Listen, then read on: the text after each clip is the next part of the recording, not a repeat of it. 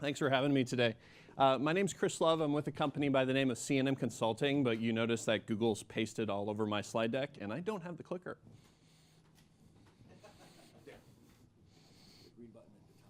The big one. The big green button. All right. So as I was mentioning, my name's Chris. I'm with a company by the name of CNM Consulting. We do work with Google. We've been on a project called Helmsman, which is focusing on the hosted version of Kubernetes, which is called GKE. And today we're going to talk about using Bazel with containers, with Go, and deploying it out to Kubernetes. And I have a demo, so let's see how this goes. So we're going to talk about how using Bazel to maintain, build, and test your code, as well as deploying out to containers and Kubernetes, and really why Kubernetes, in my mind at least, is becoming the standard for container automation. On top of that, Bazel, we're at Bazel conference, we want to look at both building containers as well as deploying all the way out. Containers. So a quick temperature check. Who's using containers in production here? Good. Google's been using them for about 12 years now. And everything inside of Google, or a lot of stuff inside of Google's running in containers. Google Maps, just about anything that you hit, it's running in containers. And really, containers are about two things. They're about the image, so you've got an image that you can maintain. You don't have to maintain the whole thing, right? And what I mean by the whole thing is you have a node, or a compute unit. You've got security patches to put on that compute unit. The security patches theoretically are going to be a lot more smaller on a container. And then you've got your runtime, which is your executable. And that is an isolated process, of course, with C groups and everything else within the Linux kernel. We've got a bunch of buzzwords out there. We've got lightweight. Like I said, it's not a node. It's just a process or a couple processes that you're running within the container. You've got portability. I can run the same container that I'm building today on my Mac that I can run up on a Linux node, and theoretically, maybe sometime we can run on Windows. They're also fast. A virtual machine in the cloud takes a while to deploy, and then it takes a little bit longer to boot. If you're on bare metal, you run into the same issue. Container is, like I said, it's a process or a couple processes that you're running within your image, and it's a lot faster to boot. So if you're talking about scaling out from 40 pods on Kubernetes to 900, you're waiting on the scheduler. It makes our life really different. You're looking at deployments are now handled differently. You're looking at management, monitoring. You're looking at isolation process, very complicated. You're looking at updating, discovery, scaling, sets, HA. Our playing field's been totally changed because of containers. In a good way, I'd say. But we now have to deal with that stuff. Storage, big challenge with containers. Load balancing, discovery, running multiple applications on the same node, because you're looking at different ports now. Security, when is security not a challenge? Failover, and of course QoS. Let's prevent race conditions inside of our containers. That takes down another container that's on the same node. So now we've got this great topic. It's called Kubernetes. And really, what's all the buzz about? And let me tell you a quick story. I didn't understand containers. I was a puppet guy. I'm sorry. At least I can unit test it. So containers came along, and like, really? I need this now? Why? OK, well, let me try it out. Did a demo a while back, thankfully to Google. And I was able to deploy out 1,000 nodes of Cassandra running on a cluster of Kubernetes. And I had a Java application that was the front end for it. So fired up. Well, and then I put an ingress in front of it. And if anybody here is familiar with an ingress, there's a health check on it. And all of a sudden, my deployment of 30 pods, which are 30 containers, got 1,000 ingress health checks. I'm sure people can go, OK, what happened to my heap? Yeah, pods were crashing. All hell was breaking out. So I hit a button, and I went from 30 pods to 900. And suddenly, as the volume of pods came up, it was actually able to handle my ingress check. That's when I got the understanding, okay, this is why I need containers. This is why I need an orchestration system that allows me to manage those containers in a reasonable way where I can do this, and now I scale. Google introduced containers or Kubernetes as an open source project. As I said, it manages containers within your cluster. Brian Grant really hates it when we say that it orchestrates containers, but in a way, that's what it's for. It was inspired by the internal tools that Google has, including Borg. Supports multiple clouds, including bare metal. So we can run it on Google, you can run it on AWS, you can run it on DigitalOcean, you can run it on Alibaba, you can run it on bare metal. Theoretically, those deployments you can use a lot of the same YAML to deploy from one source to another.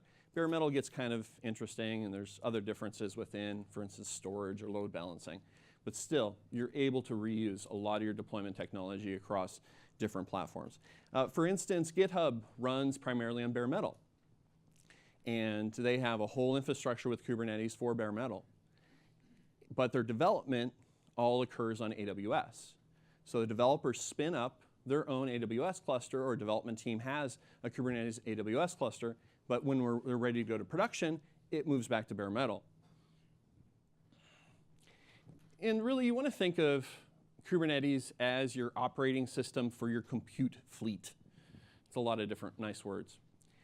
But in essence, you're going to have multiple nodes. You're going to have a control plane and an API layer. If you have 300 nodes, and I'm not sure, we talked about carrying pagers, but having to worry about 300 nodes or a couple thousand nodes while you're on call stinks. Now you're able to do such nice things as cordoning, draining, basically say, okay, I don't want this node, replace. At times, if you're talking about failover, you can, if your applications are developed properly, you can lose a certain amount of percentage of your nodes, and you don't even get paged at night. But we're also talking about self-healing, so if I kill a node, pods will move over. If a node fails, you know, that never happens, pods will move over and containers will move over and redeploy for you. Oh, Bazel. So I'll put in a caveat here. The gentleman from Etsy that did the presentation yesterday did a really good job on the Bazel Kubernetes rules. My slides do not compare. So just go rewatch that, and you can catch up on exactly what good Bazel rules look like. But I do have a demo, so, but we'll see how that fares. So we're talking about Go today. You can talk about Python, you can talk about Java, you can talk about any other supported language, but within the build rules, you're able to run, you know, this is basic Bazel 101, right? You're able to run building, you're able to run unit tests, you're able to do dependency management with Go, and you're able to run Gazelle. We noticed we had a demo yesterday about AutoGazelle where you're able to generate not only the build files, but when you spike a project, you're able to use Gazelle to generate the initial build files for Go. We've got Docker. It's basically, it's a set of rules that allow you for pulling, for pushing, for building, and doing all kinds of things within them.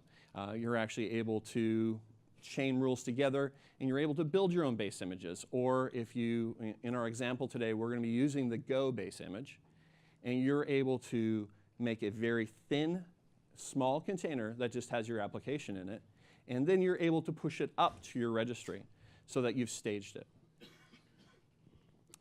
Within the Kubernetes rules, it handles authentication, which is super important and challenging within most build systems. Publishing the containers, so it will push up to the registry, and does some fun stuff with managing container digests. Instead of typically using, and we've got some work to do with this because I know there's folks that want to use tagged versions. But within a container repository, you can also typically have two different developers, and because they're theoretically working on the same container version, they can clash with each other. You can also do a sublevel with Docker v2 so that not only do I have my registry, but now I have the developer name and the container version all on the URL of your registry. We've got some capability with manifest templating with tools like KSonnet. We're able to not only write your manifests in YAML, or you're able to choose a tool such as KSonnet to develop the manifest with it. Also, full CRUD really for your application. We're able to deploy the manifest, you're able to delete, you're able to apply, et cetera, et cetera. So from a build standpoint, you have a cluster, you have your code, you're able to build your code, you're able to build your container, you're able to deploy that container out for yourself. Want to give a couple people thanks for this project. Eric Cole as well as Shravani, both on the Helmsman team, helped me out immensely with this. So let's talk about the demo a bit. It's actually a little bit complicated because I call this our kitchen sink demo, because basically we threw the kitchen sink at it. We've got about 17 different demos running around right now. Actually, it's more like 20. And this one incorporates 2 different clusters. What we're looking at is we have a on-prem cluster, which is actually run in the cloud, that is networked in via VPN. The on-prem cluster is running Elasticsearch. We're not going to mess with that at all today, but that's our data store. And that would be, say, you've got data issues where you don't want to take all of your data, move it off cloud, and then onto cloud. And you've got Elasticsearch, which Elasticsearch is really good for doing HTTP communication, say from on-prem to cloud. Then we've got a couple different Pyrus pods, and I noticed that there's a typo in here because I actually have 2 pods, or 2 deployments, not just one. We've got a Golang pod that's actually just a proxy into Elasticsearch, and then we have a UI pod, which also creates nice, pretty HTML. All right, if we can get back over to here.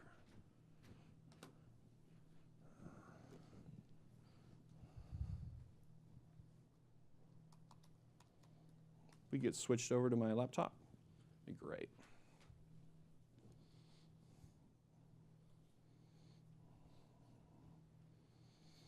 So let's take a real quick walkthrough through our build file. As I mentioned, see if I can get all the way to the top. There we go. So as mentioned, and this demo is out on GitHub. It's a little rough right now. I'll be cleaning it up over the next few days, but it really goes from soup to nuts. So we've got Terraform that will create your clusters. Basically what you need is Terraform, gcloud, and Google count. It'll spin up 2 different clusters for you. It'll network in the VPN. It'll create the VPC correctly for you. It'll create subnets. It'll install everything for you, including Elasticsearch. You need kube control as well, of course, installed locally. So looking at the rules, you've got, we set up our Go rules first, and then we're looking at the Kubernetes rules. Actually, let's talk about the container rules as well. Set up the Docker rules, load everything here, and then we're loading our container rules. And then you'll notice that we've got a bunch of different Kubernetes rules. We've got rules for services, we've got rules for deployment, and then we've got rules for objects. It's kind of nice because within Kubernetes, one of the challenging things is YAML hell.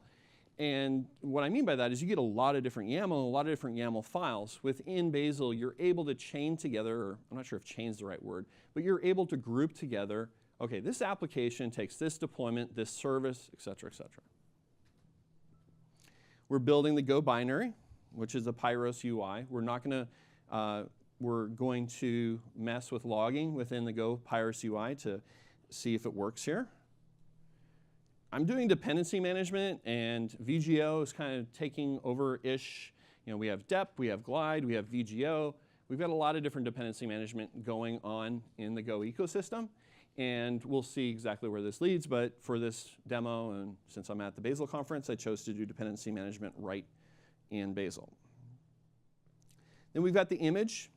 We're embedding the library that we built, as well as we talk about architecture here. Then we've got the container image. So we're setting up the work directory. And theoretically, or not theoretically, but my project currently contains a Docker file. Because when we started this project, it didn't have Bazel built into it. So we're actually going to remove the Docker file. We're going to remove the make file. We're going to remove a couple other building components out of it and just use Bazel for deployment for this demo. Now here's the interesting thing, is you now have a deployment manifest within your build structure. And talking about a lot of things in terms of keeping deterministic and heuristic and all those wonderful words within your build infrastructure, but including YAML that is the source of truth for deployment within Kubernetes is is essential to creating good testing as well as standardized deployments.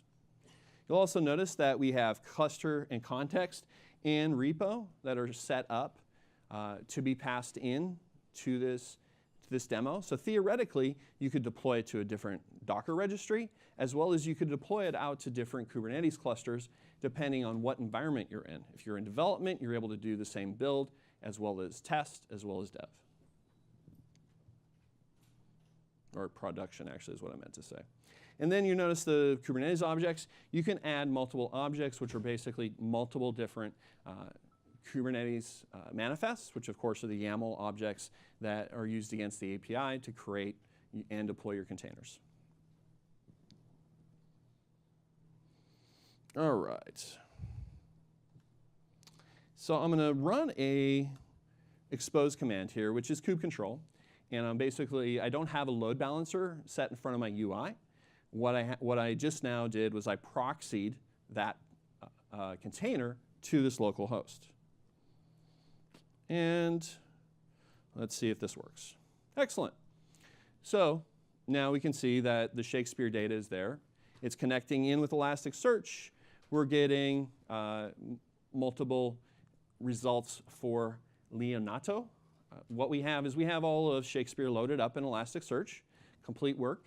And we're running a query against the cluster, and it's coming back with that data. Take a quick peek inside the pods, and I'm actually within the Google Platform UI here. And you can see CPU usage and all that good stuff. Great. And if we go back here, we've got the workloads coming up. So we're going to play with Pyros UI here. And let's bounce out of the UI real quick and get back to where I usually live, which is I have K alias to kube control because I'm really lazy. So if you notice, I just did a call against that cluster, and we've got 2 different pods up and running. And of course, I left my cluster up and running overnight because I want to reduce the amount of risk for my demo. And I've already run this once, so we've got a pod that's up that's 2 hours old. So let's go into our source code. I'm going to cancel out of this because hopefully that pod's about to go away.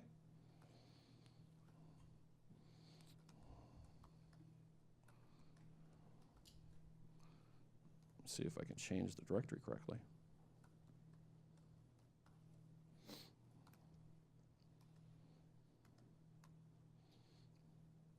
All right.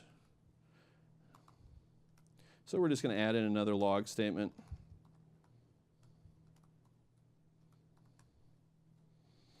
Bounce back up here. What I've got is a couple different commands here that I'm about to run. First one is the Bazel build command for the target of the K8s apply. And I showed you guys the rules. And at the end of the day, everything chains together, and we're going to run kube control apply on that Kubernetes object. So again, we're going to build the Go. We're going to push the container up to the registry, and then we're going to run the apply. I'm actually running both the applies for Pyros as well as Pyros UI.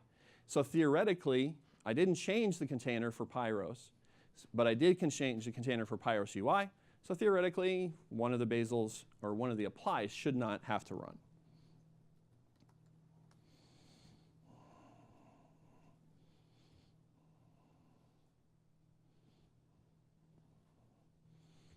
All right, build successful there. And this is all building locally on my machine. So Pyros is unchanged, and we found the target, and we applied, theoretically, Pyros UI. So if we go back to the UI here, see if we catch it while it's actually deploying, or it's going to deploy incredibly fast, which it did. Awesome. Hey, this will tell us if it worked right. Yes, excellent. So we've got a pod that's coming out now, and it's started. So let's go hit the proxy again, set that up, because we're proxying the exact pod. All right, it found the pod. hit the web page again. Excellent, came back up. But really the real thing is if we do a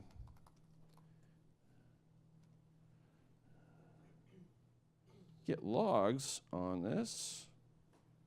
Let me not get the logs there. Let me get the logs to the right pod.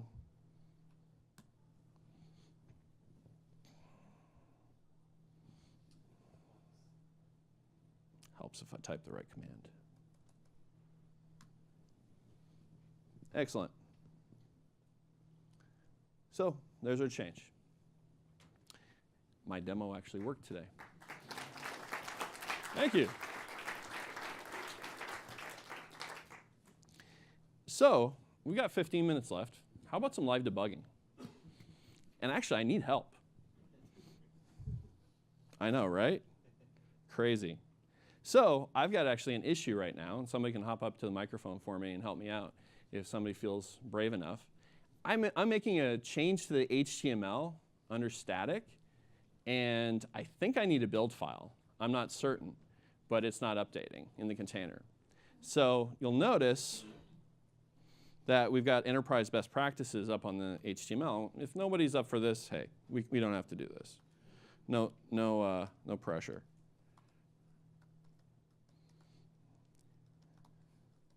But you'll notice that this morning I went in and I made the change.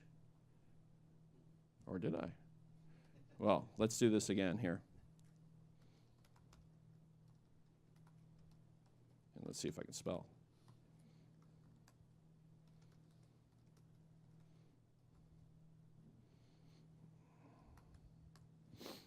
It'll go through and it'll run the build. And now maybe it is working. Nope, it said the Papyrus UI is unchanged. So I am listing the static as a component within my container. So it is being built properly, but anybody have any ideas? Let me get back to the build Bazel and Atom. Because I'm listing the files and the work directory within the container image. But I'd love to know why my demo wouldn't work in the manner that I had assumed it would. Any ideas?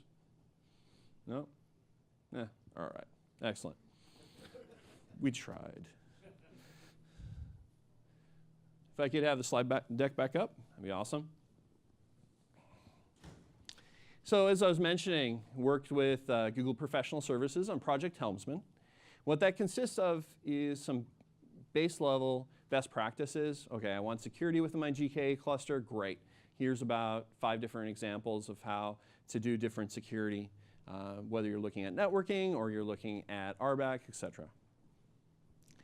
We're gonna, if you're actually a Google partner, you also have access to about 10 different decks that we built.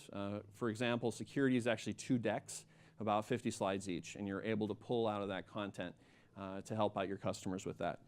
There's a short link to the different GitHub projects that are open up, so I'll leave this slide up for a moment.